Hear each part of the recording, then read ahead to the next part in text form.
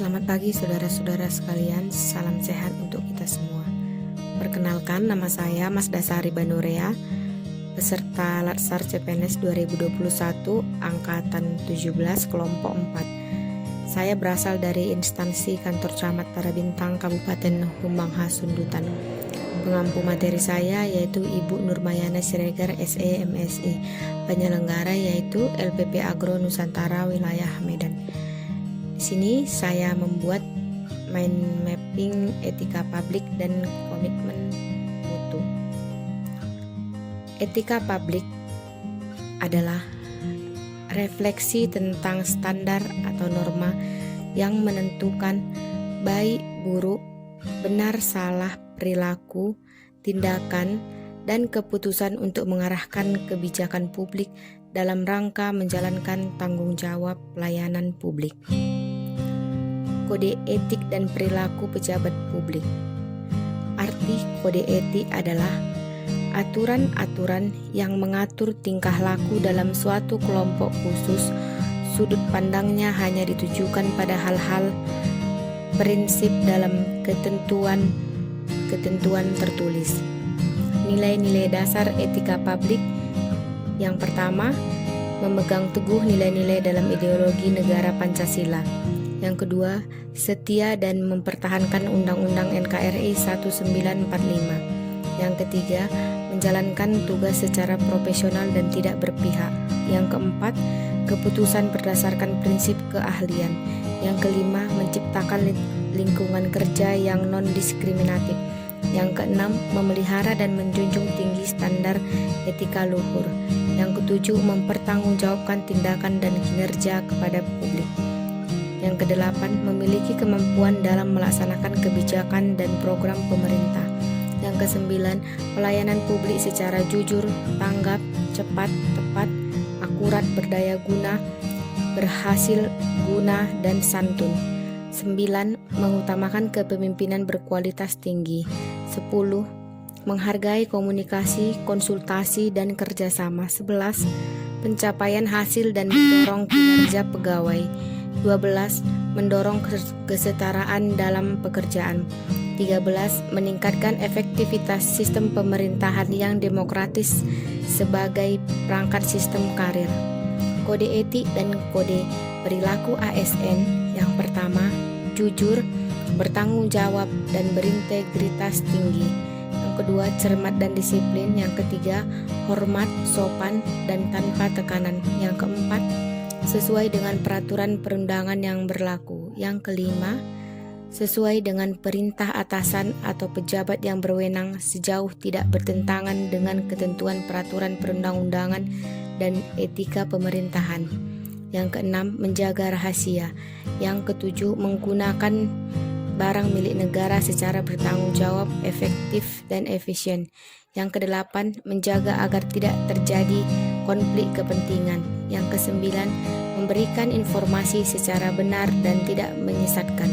Kesepuluh, tidak menyalahgunakan informasi intern negara, tugas, status, kekuasaan, dan jabatan. Ke-11, memegang teguh nilai dasar ASN dan selalu menjaga reputasi dan integritas ASN. 12, menjaga ketentuan peraturan perundang-undangan mengenai disiplin pegawai ASN. Dimensi etika publik. Yang pertama, kualitas pelayanan publik. Yang kedua, dimensi modalitas. Yang ketiga, dimensi tindakan integritas publik. Dimensi modalitas dibagi menjadi 3, yaitu akuntabilitas, transparansi, dan netralitas. 3 fokus dalam pelayanan publik. Yang pertama, berkualitas dan relevan. Yang kedua, sisi dimensi reflektif. Yang ketiga, modalitas etika. Bentuk-bentuk kode etik dan implikasinya. Implikasi kode etik yaitu mengenai pelaksanaannya dalam perilaku nyata, tergantung kepada niat baik dan sentuhan moral yang ada dalam diri para pegawai atau pejabat sendiri. Namun karena kode etik dirumuskan untuk menyempurnakan pekerjaan di sektor publik, mencegah hal-hal buruk dan untuk kepentingan bersama dalam organisasi publik. Setiap pegawai dan pejabat diharapkan menaatinya dengan kesadaran yang tulus.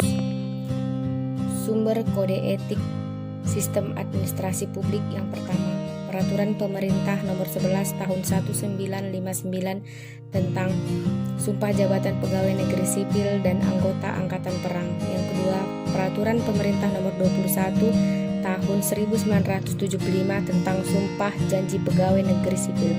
Yang ketiga, Peraturan Pemerintah Nomor 30 Tahun 1980 tentang Peraturan Disiplin Pegawai Negeri.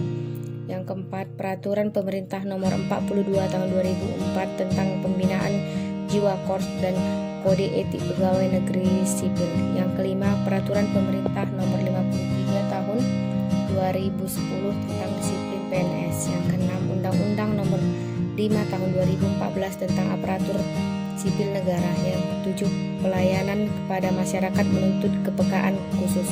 Yang kedelapan, hati nurani memegang peran penting dalam memilih arah tindakan.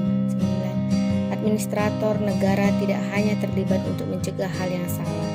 Nilai dasar etika publik yang pertama, jujur dalam memberikan informasi.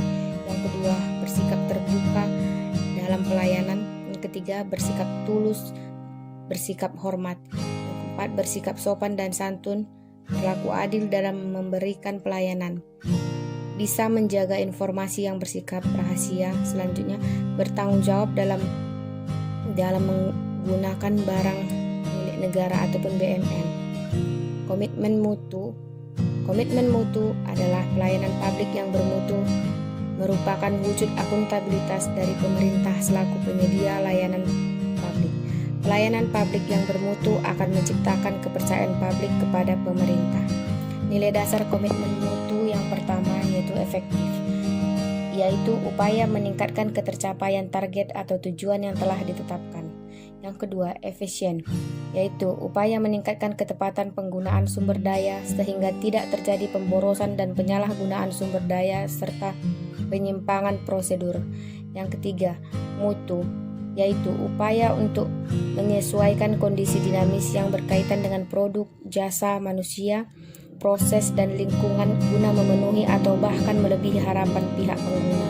Yang keempat, inovatif, yaitu upaya untuk menemukan cara-cara baru yang meningkatkan nilai tambah ataupun kemanfaatan. Yang kelima, adaptif, yaitu upaya perubahan pola kerja yang lebih baik guna memenuhi tuntutan perubahan lingkungan kerja. Yang keenam, perbaikan ataupun berkelanjutan, yaitu upaya perbaikan atas cara kerja ataupun pelayanan yang telah ada sebelumnya. Yang ketujuh, responsif, yaitu membantu orang yang tidak dilayani dan menyediakan layanan yang cepat.